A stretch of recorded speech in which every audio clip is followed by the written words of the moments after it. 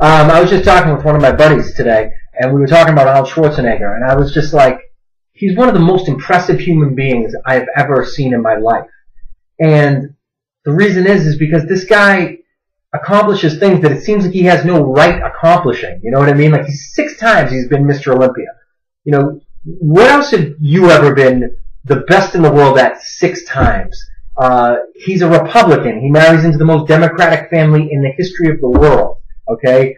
He becomes governor of the state of California, which blows my mind. Okay? Or the fact that he publicly declares, I'm going to go on to become the greatest movie star in the history of the world, and then does it. Like, there are so many reasons this guy shouldn't be successful, but he doesn't give any energy to those things, and I admire that so much. It seems like everybody around likes to give energy to reasons why they can't do stuff, or listen to people tell them why they can't do it. And I mean, I've been guilty of it in my past, and I'm trying to get past that as we speak, but it's like, it just seems like everybody holds on to these shitty stories of why they can't do something, like, you know, I'm not, you know, rich enough, or I'm not tall enough, or I'm not smart enough to get this job, or whatever it is.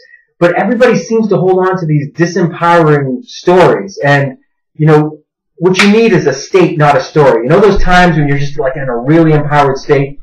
Maybe it comes out of nowhere, maybe something awesome happens to you, but like you just walk into the room and you're just like, let's fucking do this. You know what I mean? Like you just feel that overwhelming strength in you, and it exudes in every fiber of your being. Those are incredible moments, and those emotions drive you to massive action. Those actions in turn get you results, and then those results justify the beliefs why you're so awesome. And that fulfills your potential. It's a huge circle. Tony Robbins does a thing on it, and it's absolutely awesome. But it's those states, not the stories, that do it for you. And it seems like everybody wants to hold on to their shitty story as to why they can't do it, because there's some comfort in staying at the same shitty level rather than breaking through to that next level. And I just think this is like a great little snapshot into getting rid of a disempowering story. My mother seems to be incredibly happy in her life right now. And, you know, there's probably a bunch of different reasons that go into that.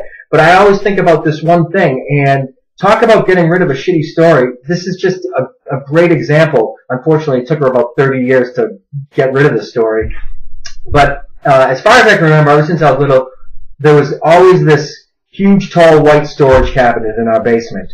And I remember one day last year, I drove to my parents' house, and I saw the white storage cabinet out by the trash. And I said to my mother, I'm like, why is that storage cabinet out there? I mean, it still works. It still holds a bunch of stuff. And she goes, you know what? I just had to get rid of it after all these years. And I was like, why? And she said, well, you know, that was Nanny Elmo's storage cabinet after she went blind. My grandmother was in a terrible auto accident, and she went blind. And this storage cabinet would be where she holds her food, and it would be marked with Braille so that you could find out where the canned goods were in the cabinet. So, like, okay, you know, beans are up here, peaches are over here, whatever it might be, just by you're able to feel it. And I never knew this, but my mother said, yeah, every time I looked at that storage cabinet, I would just get sick, because I would just look at that storage cabinet and it would just remind me of how my mother was robbed of her sight in this terrible auto accident. And I never knew that, but that storage cabinet represented something really shitty to her for like 30 years. And for 30 years it stayed there. And then one day she just said, you know what? I'm going to get rid of it. And she did. She just picked it up, threw it out in the trash. And I thought, wow, that was empowering. You know, get rid of your shitty story, whatever it is.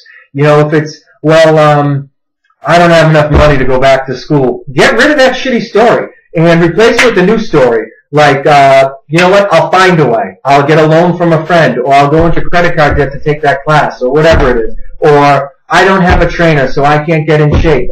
Bullshit. You have access to YouTube. You have access to millions of books on the internet. Find a way.